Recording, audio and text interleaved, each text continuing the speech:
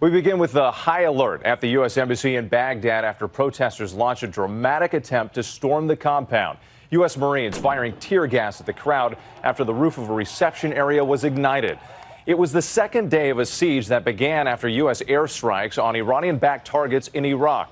This night vision video showing Marines flown in by Osprey aircraft from Kuwait, and the Defense Department announcing they will deploy an additional 750 troops to the Middle East, quote, immediately.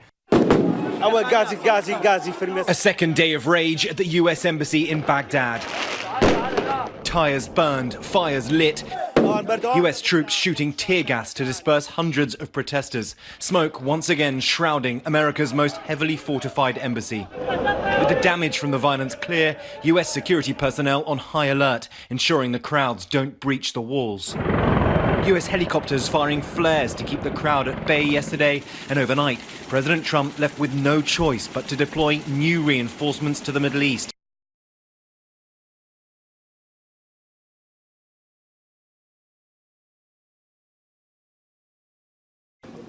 Another devastating 24 hours, and this is what's left of the coastal town of Malakuta. With cooler conditions on Wednesday, firefighters and residents took a moment to count the costs. A once popular holiday destination now looks like a war zone. Military ships and aircraft have been deployed to provide humanitarian assistance, bringing in much needed food and medical supplies. At least 18 people have been killed in the fire so far, and almost 1,300 homes destroyed.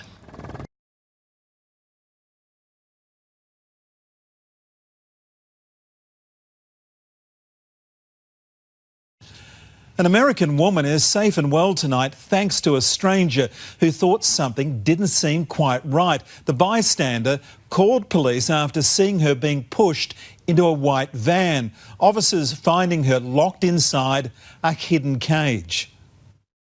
In remote Alabama, police surround a van, guns drawn. Get out the van! Get out! Get out the van! Get out the van! Body cameras capture officers smashing their way into the cabin. Inside the van, a cage. Inside the cage, a woman, kidnapped and fighting to be free. Officers turn their focus to Sean Sanders. He had led them on a chase through neighbouring properties and wasn't giving up. Put him down! The officers drag him from the car before he's tasered. Tonight, the California man is behind bars, facing multiple charges, including attempted murder.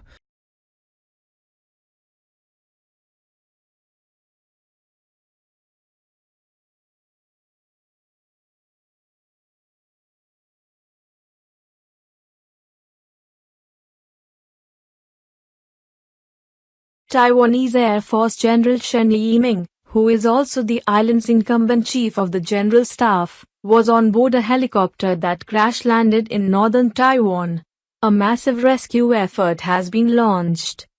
Some 13 people were on board a UH-60M Black Hawk helicopter when it attempted an emergency landing on Thursday morning, Taiwan's defense ministry said. Rescuers were promptly sent to the area of the crash in the mountainous Wulai district in the northern part of the Taiwan.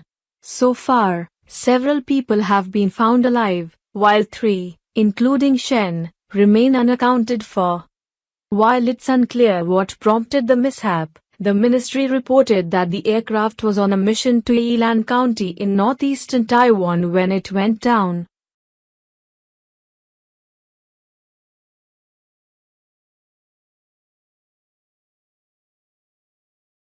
Now to the New Year's Day apology from Pope Francis, caught on camera slapping the hand of a pilgrim who pulled him off balance during a New Year's Eve appearance. Today, the pontiff saying he's sorry.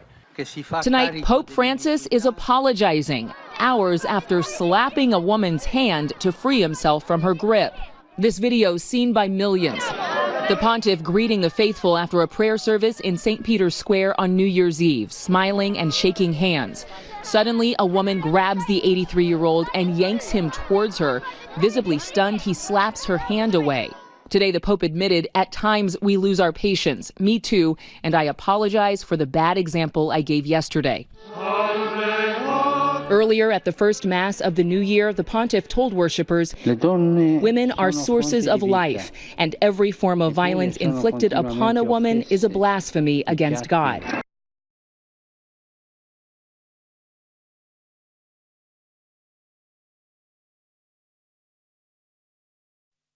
The Qantas flight has been grounded at Rockhampton Airport overnight after a bird strike late yesterday afternoon. The plane was on a milk run from Rockhampton to Mackay when it hit the Pelican just after it took off around 4:30. Pilots then made the decision to circle above the beef capital for several minutes before landing back at Rockhampton Airport. In a statement, Qantas has told 7 News a Qantas flight from Rockhampton experienced a bird strike on takeoff yesterday afternoon. The aircraft returned to the airport for inspection and customers were accommodated on the next available services. Rockhampton Airport has the 4th highest rate of bird strikes of any airport in Australia.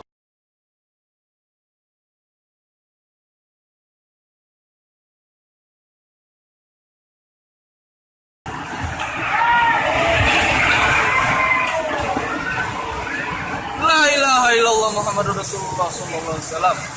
Sallallahu alaihi wasallam.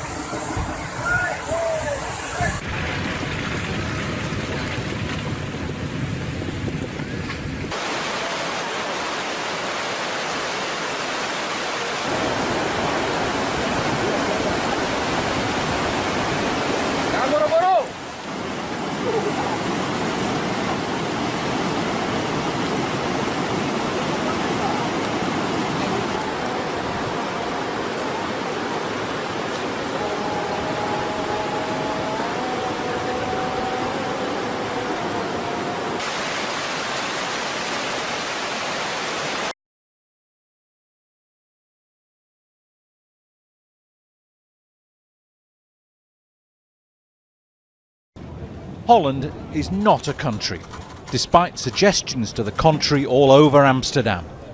North and South Holland are just 2 coastal provinces in a country officially called the Netherlands. And the government, tired of its biggest city being a byword for legalised prostitution and recreational drug use, wants a rebrand. So with a new PR push, it's asking us to forget Holland and think only of the Netherlands.